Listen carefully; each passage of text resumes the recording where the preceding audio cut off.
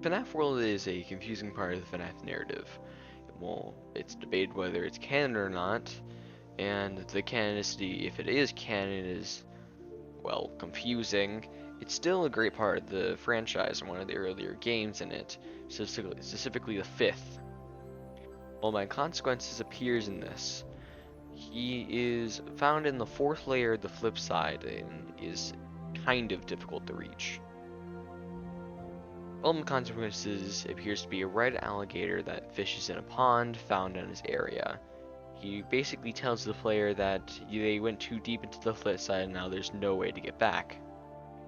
Now, this character also appears in Ultimate Custom Night, 7th game, or 8th if you count FNAF World. He appears there, and he's the only character besides Dee Dee, of course, to appear in UCN. Now, UCN is strangely connected to FNAF World for some reason. So, why is it connected? Now, I will point out there is Easter eggs like Bounce Pot appearing on the desk of the UCN office.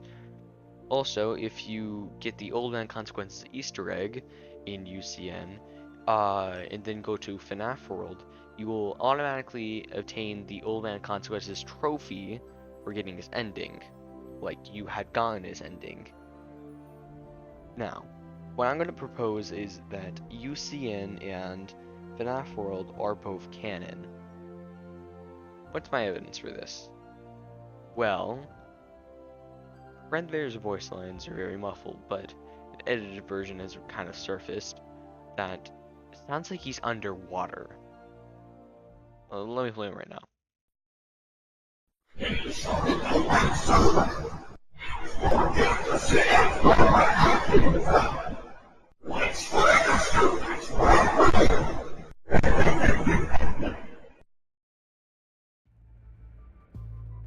Now, my entire theory kind of relies on the fact that he sounds like he's underwater, because this is the only first time we really hear someone who's underwater. And now, not talking about the FNAF AR skins, but in the Old Man Consequences UCN Easter egg, we hear William screaming, and William sounds like he's also underwater. Let me play it right now.